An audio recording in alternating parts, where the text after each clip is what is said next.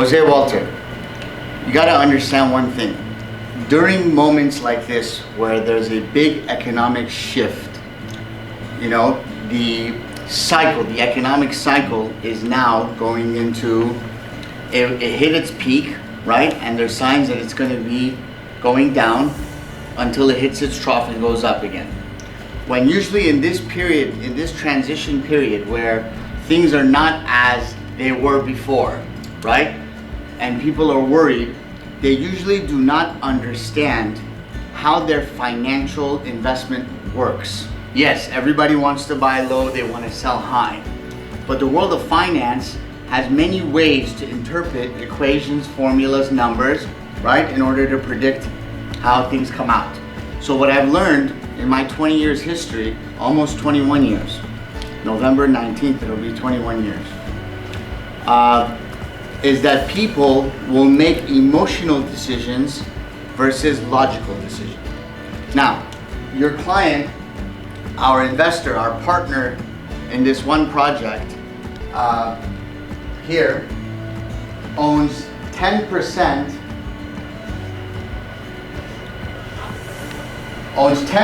membership of the investor pool, correct?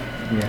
So 10%, each 1% that the investor purchased was for the amount of $57,224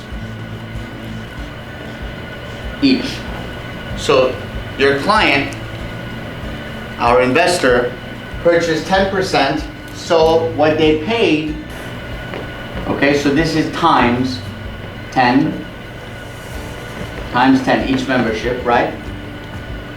What they paid is a total of $572,240. This $572,240 made them 10% owner, right, of the membership pool of the project, right, of the equity piece. This investment structure, as you already know, investments, two people can invest in the same thing, but get a completely different net return. What do I mean by that? It all depends on how an investment is structured. Both of you can have the opportunity to invest in the same exact deal, but depending on how you source your money, how you structure it, right? Where the control mechanisms are, right? Decision-making mechanisms, it can alter the investment return tremendously. Investments for the professional investor, for the sophisticated investor, is all about structure. Has nothing to do with the actual investment itself directly. That is, it's kind of like looking at things one-dimensional, two-dimensional, three-dimensional, right? It becomes that way. An amateur investor or an ignorant investor sees a one-dimensional type of thing, right? But the sophisticated investor knows how to make money from zero, from nothing, right? The ignorant investor, your traditional investor, thinks you have to have money to make money, right? So, in this investment, there is a guarantee. Now, the word guarantee, the financial world itself has a different definition for most words that we use in the English language. Depending on what sector of the financial industry, that same word can have two different meanings, correct? Like the word dividend, right? In an investment, it has a different meaning than it does in the world of insurance, correct? So, in an investment, the word guarantee is defined in the operating agreement. There's a section of definitions which explains exactly what that guarantee is. So in this investment, the guarantee is technically an advance against future capital gains earned. Let me put it to you this way. Imagine you go to the bank and you say, I have a business that I'm going to be building, and it'll take me 5 years. But 5 years from now, I'm going to have a business that's going to be worth $10 million. Okay? But, take my word, it's going to be worth $10 million. But, in these 5 years, I still need to have some monthly money to pay my rent, to be able to live, right? So, Mr. Bank, I want you to go ahead and take my word that in 5 years from now, this will be worth $10 million. And I want you to give me a monthly advance against the $10 million. So, can you give me $5,000 a month? And that's $60,000 a year. And after the 5 years, that's $300,000, right? And then just from that $10 million, then take the $300,000 from that. Which bank will go ahead and give you an advance against future capital gains in a business based on a concept and theory? None. Well, this project has that. The guarantee in this project, right? The guarantee in the project gives a monthly income. It's called a guarantee. It has a guarantor, someone who guarantees that comes, correct? Now, your client in the last 2.5 years that they've been in this investment, for each 1% membership, they have received $5,721 so far. So technically, it's kind of like this $5,721 at the end is going to get subtracted from whatever that 1% membership is worth. Why? Because they've already received it. So instead of waiting to take money out at the end of the project, when the project is completed, they're getting an advance, correct? Yeah. And then once the project is completed, whatever that is, the amount that they have already gotten in advance, called a guarantee, will be subtracted from that. So to give you an example, let's say in the course of now project is done, each 1% is worth $100,000. This is just an example, okay? Now that $100,000, we look and we see, okay, they've received $12,000 already in the form of monthly, right, distribution called a guarantee. So if it's worth $100,000, we've already advanced them $12,000.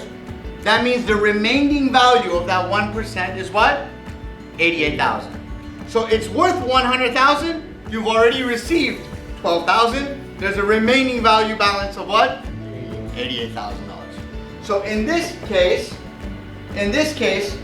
that's for each 1%. So your client has received $57,210 already in monthly guarantee payments, correct? Yeah. So right now, so really the way to look at this, Jose, is, okay, I want to know how much of my own money do I have in the game right now, right? Well, your clients put in $57,224 for each 1%, but they receive $5,721 of it in advance, right? So it's really as if they've put $51,500, give or take a few, correct? Yes. Because what they put, they've already received some back in a sense. So really what they have still, right now, if it was this value, book value, it would be for each 1%, they have roughly $51,500. However, right now, based on where the project is, the fair market value. So now we have another thing. We have book value, we have fair market value. What is the difference? the best way I can explain it is, if you're familiar with cars, have you ever tried to buy a used vehicle or sell a used vehicle? You look at the Kelley Blue Book, correct? Yeah. So the Kelley Blue Book has the book value, correct? Based on whatever the calculation is to come up with book value, right? They have a book value, but that doesn't mean, so let's say for example, a Mercedes-Benz, right? In there, in the book value in the Kelley Blue Book, it says $80,000, correct?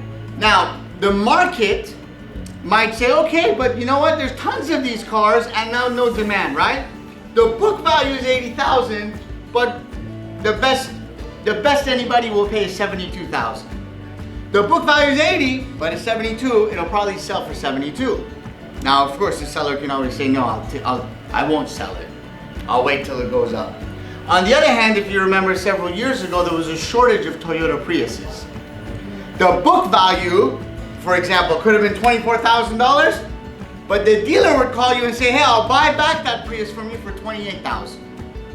So the value, the fair market value, was even higher than the book value. This is the difference between what we call price and value, which we're going to do an investor lesson on that too. So stay tuned on that one, right? There's a big difference between value and price. Again, to the ignorant investor, it's the same. To the sophisticated investor, the professional investor, it's a world of a difference. Correct? Yes. So, now, the value of this today. So if your client wants to go ahead, your investor, our investor, wants to go ahead and sell today, that 1% membership is going to be worth $41,500. Again, they put $57,224 for each 1%. They've received $5,721 back in monthly guarantee payments. So it's really as if they've put $51,500 out of their pocket. However, if they sell today, right now, they will get $41,500 is the value that we see. Now you ask why? How could it be? The project is almost done. Shouldn't the value gone up? Well, let me tell you. We have spent everything there is to spend on the project, right? Yeah. The project is about a month away from being completed, certificate of occupancy, right? So we have spent all of the money on everything, except we have not hit the milestone where you get certificate of occupancy, where it takes the value of the property up. So it's we've spent all the money, done all the work. We're this close away from the value going up, but your investor would be selling it right before we hit that milestone. You know, that's how real estate works. There are certain milestones that you have to hit in order for there to be value that can be recognized by a buyer and seller, right? Or an appraisal. Now, let me give you an example that will bring this to light. I want you to imagine, Walter, you are throwing an event, so you rent the space, correct? You get a venue, you fill up the bars with alcohol, right? You get the kitchen filled with food, you spend all this money, right?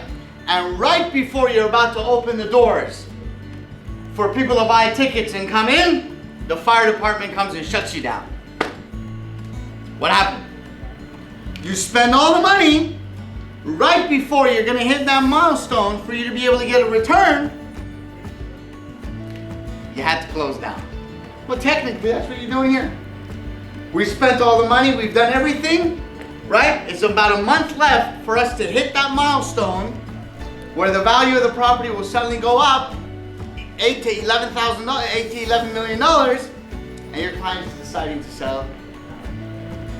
Now, there are many people that are looking for an opportunity, for someone who is forced to sell now, because they are either in a distressed situation, financially, or just somewhere in their life where they have no choice but to sell now. So there are many people who are looking for that person who planned wrong. There's nothing wrong with the investment. It's the person's distressed situation. It's their lack of financial planning at some level that's forcing them to sell. So the person who buys this might own this only for a few months, and they're suddenly going to get all of the value that this guy who was invested for 3 years was waiting on. Someone might come in. You know what it's like?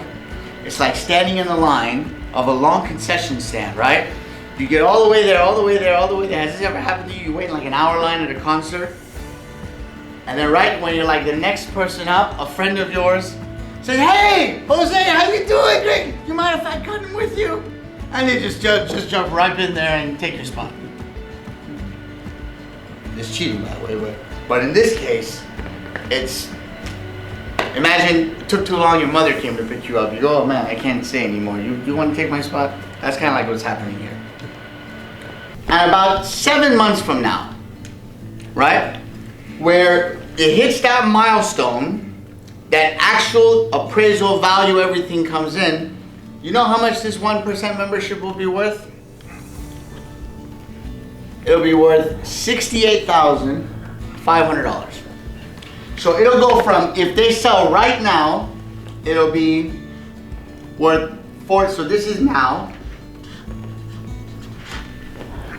If they go 6 months from now, let's say 8 months from now, we'll put in some buffer. 8 months from now, this $41,500 that it's worth right now will be worth $68,500. That is a $27,000 gain, correct? Now, if we go back to this of what he's put in, if he's put in $51,500, right? Because remember, he got that back. So if this is what his capital that's still in the game is, technically, he's going to make $17,000. So $17,000 on that $51,000 is how much? It's about 25%, right? There'll be a 25% gain. Now, if he sells it, the person who buys it, this is why I say you make a fortune in a bad economy, is the person who buys it is going to make a $27,000 profit on a $41,500 investment. That's almost a 60. How many percent is that? Do me a favor. That's close to 70. Yeah, it's close. Do $27,000 divided by 41,500. 24,000? $27,000 divided by 41,500. 65%. See? So imagine this person has to sell. They're in a distressed situation, right? The person who buys it is going to make a 65% profit. This is not including rental income that comes in every month, right? Which in this case, it would be a form of dividend in a sense. It's going to make a 65% profit in 8 months. That's almost 10%. That's almost 9% a month, right? Why? They buy it at 41,500, 68,000. I personally, I'm looking for these deals right now, and they're every day more and more. They're going to be coming in the market. Deals like this. Okay. Now, if they hold on to this 3 years from now, 3 years from now, that property will have 2 complete filed tax years. Meaning a bank can now actually verify exactly how much income this property has had. And as you know, when it comes to multifamily apartments that are 5 units and more, the type of loans they get falls into commercial. And commercial real estate, the value of it is not based on what others sold or bought. It's not like residential. Commercial is primarily based on how much, it's a business, how much income it brings, correct?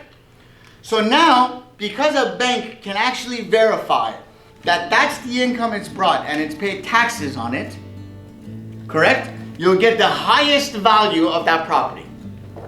So in about 3 years from now, this same $68,500 would be worth, and this is not based on any significant increase. This is if just markets continue the way they've been the last 2 years, which the last 1 year because of COVID hasn't been too exciting. Right, and the year before that, market was pretty exhausted. Right? It'll be worth $107,000. Why? Because don't forget, in these 3 years, and this again does not include rental income. This is just capital appreciation. And this type of appreciation only happens in the state of California. It doesn't happen in any other state. That's a different lesson. Look out for that one. So, $107,000. Right? So, again, if they sell now, they put in $51,500, they get $41,500. Why? We spent all the money, we did all the hard work right before. Right? Remember the example? Right before you bought all the alcohol, you packed up your kitchen, you paid for staff, you paid for the venue, right before you're gonna open up your doors, boom. Fire department comes and says you can't do it. What happened to all that? You spent all the money, got no return. Right? So, that's $41,500. If your investor can hold on to it for about 8 months, it'll be worth about $68,500. 3 years from now, because the project would be completed, there's 2 years of public supporting evidence of the amount of money that it brought in. That's what? It'll be worth $107,000. So I just want you to see, the person who buys this now, if they buy this all cash, right? They're gonna make it what? They're gonna make over 150% profit. Now, Jose, you being a professional in the accounting world, what if they leveraged and this $41,500 is not, it was money that was loaned. Only 10,000 of it is their own. So that 10,000 now makes 60,000. That's almost they're gonna make over a 600% return. The person that knows how to use debt correctly will make a 600% return. Now, when the investor purchased this, the idea was that at the time of completion, there will be enough equity built for them to be able to take a cash out. Correct? Yes. Okay. Now, conditions have changed, right? And we just announced there won't be a cash out.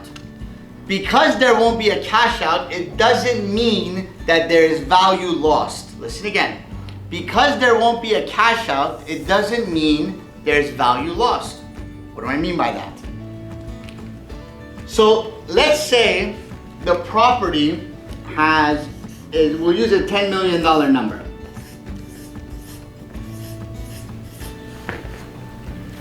At the time that the project was planned out, right?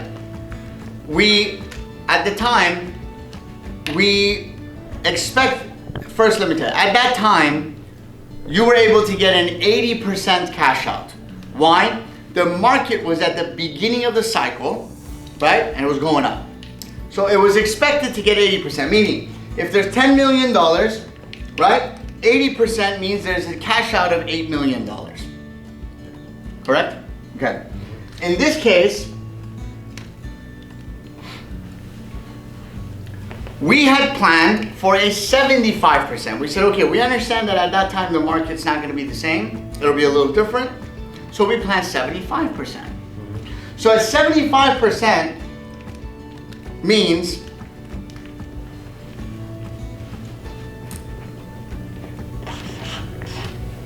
$7,500,000 $500,000 could come out, right? So this is a 75% cash out. And that means what?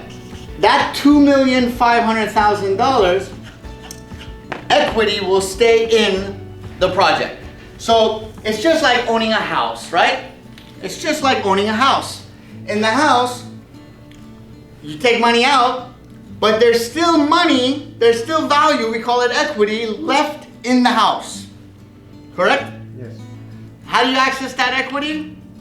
Well, if you sell the house, you're going to get all the equity. But as long as you keep the house, there has to be some equity in it. Correct? Yeah.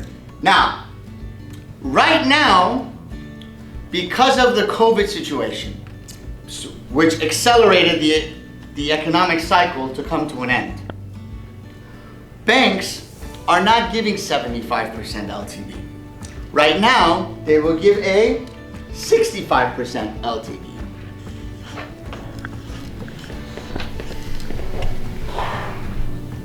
So 65% means they'll give $6,500,000,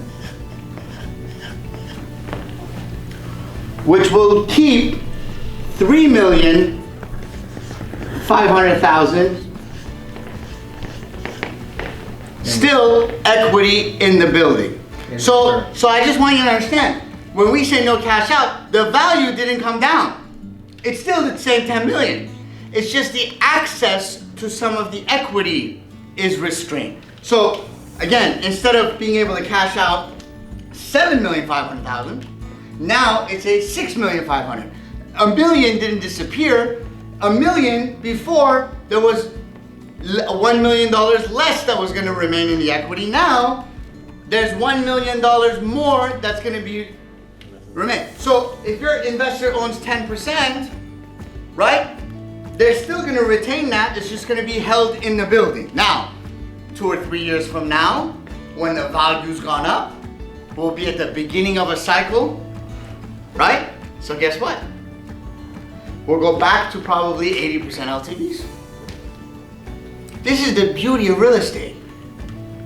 The beauty of real estate is there are so many different factors that come into play that suddenly make it beefed up. Why? Think about it. If at that time there's an 80% allowance, right? All of a sudden, out of that $107,000 value, you might be able to cash out, get $70,000, $80,000. Meaning the cash out tax-free that your client can do in 3 years will probably be double of what they would get now if they sold and they don't have to sell at that time. Imagine that. Imagine getting $70,000 out where you could go buy another property and still own 10% of that building. That's how wealth is built in the real estate business. You have rental income coming in. You have equity that you can touch, tax-free based on our laws. Tax-free. You take that money and it's like your money making money for you.